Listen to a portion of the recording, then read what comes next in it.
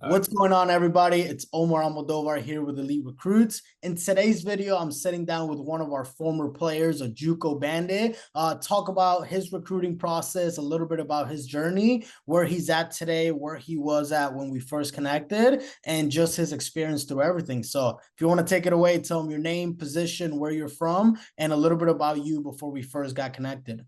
Yep, I'm Nicholas Schwing. I played shortstop at Holmes Community College previously, and now I'm going to Texas A&M Corpus Christi.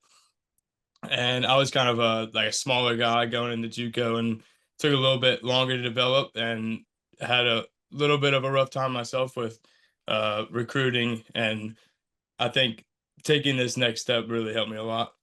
Absolutely, absolutely. So let's take it back a little bit before we started working together, right? What was going on with your recruiting process at that point? You were in the middle of your season, you were having a good season, putting up numbers. It's not like you didn't have any options on the table, but talk a little bit about what went into this process for you. Yeah, for sure. I think I was kind of I was reaching out myself, and I felt like I was out of options, and I couldn't really there's nothing more that I could do myself as far as reaching out to guys with emails, Twitter messages, and I needed somebody with kind of a reputation and somebody who could go out there for me and really vouch for me, I guess. For sure. So would you say like that was probably the thing that was holding you back the most, just kind of somebody else vouching for you at that point because you had tried everything on yourself? For sure. Yeah, I think so because I had been reaching out to people for a while, and I just didn't really have anybody that was close to me, I guess, that had those connections and had the ability to do that for me. For sure. And it's not to say that like you didn't have offers or Oh, you have anybody helping you because you did have offers on the yeah, table at good schools, but it wasn't necessarily what you were looking for, right? You're aiming yeah, to get to the D1 level, and deservingly so because you're putting up great numbers and you're a good player. So once we got started, right, we talked about what your goals were, obviously playing Division 1, and we put together a game plan to actually help you get there. Talk a little bit about how important it was for you to like actually have a game plan and have guidance rather than just figuring it out on your own. that was huge because I can't remember how many times there was over the process that I had a coach would text me something and I didn't really know how to respond or exactly what to say.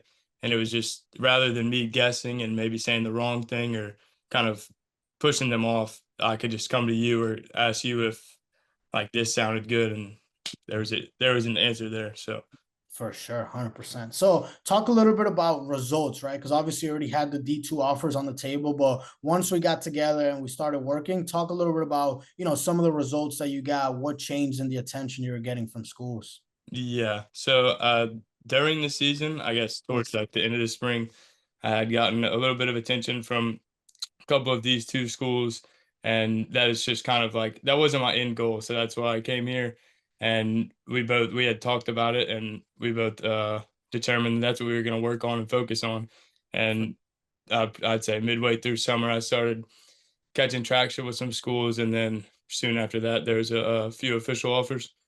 For sure. And it was some tough decisions you had to make there at the end because different scenarios, different situations. But at the end of it, like that was the goal, right? It wasn't for you to just come in, get one offer, and that's it. It was Yeah, about putting options so you can pick what makes the most sense for you. And exactly. obviously, that's exactly what you're doing now. So, a lot of players watching this video now, they might, wonder what it's actually like inside Elite Recruits. Talk a little bit about, the support, the communication, and kind of your overall experience with everything.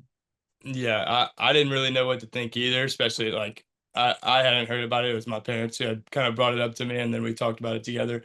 But I didn't really know what to expect. But it was really, I mean, it's like a friendship, and I think, I mean, we'll have that bond for a while, forever. And like you said, you might come catch a game or whatever, so that lasts and it's real. So For sure, 100%. And now, as far as like, inside the program itself, with the communication and things like that, was it something that, like you felt like, hey, maybe you were scared to reach out to me? Or was it something like it was open line of communication? Talk a little bit about that. yeah, that communication was always open. There was never a time where I was like, "Oh, I don't know if I could text them or should text them." I would just text you, and there was always a response within, I mean, an hour. I mean, 30 minutes, an hour, whenever. I mean, I'm Yeah. always on the phone. Yes, sir. So let me ask you this. Obviously, and I think you mentioned it a little bit, but when we first connected, were you unsure about, working with somebody online you had never met before or paying for recruiting help? And, what ended up changing your mind? Yeah, I definitely was. I was skeptical because obviously, like, I had no idea really who you were, and you didn't know me. So Mhm. and we had that initial call, and I think right after the initial call when we met, I knew it was the right thing, and I knew it was going to be a good deal. And throughout the process, the bond and I guess the relationship and communication kind of reconfirmed that, I guess. 100%. So, if somebody is watching this now and they're a guy that's about to go into their recruiting process, or, they're in the middle of it and they're still on the fence about working with me or getting help, like what would you tell them from your experience? Yeah, I would tell them this is that, like, if you're on the fence about if you need the help or not, this is the place to go.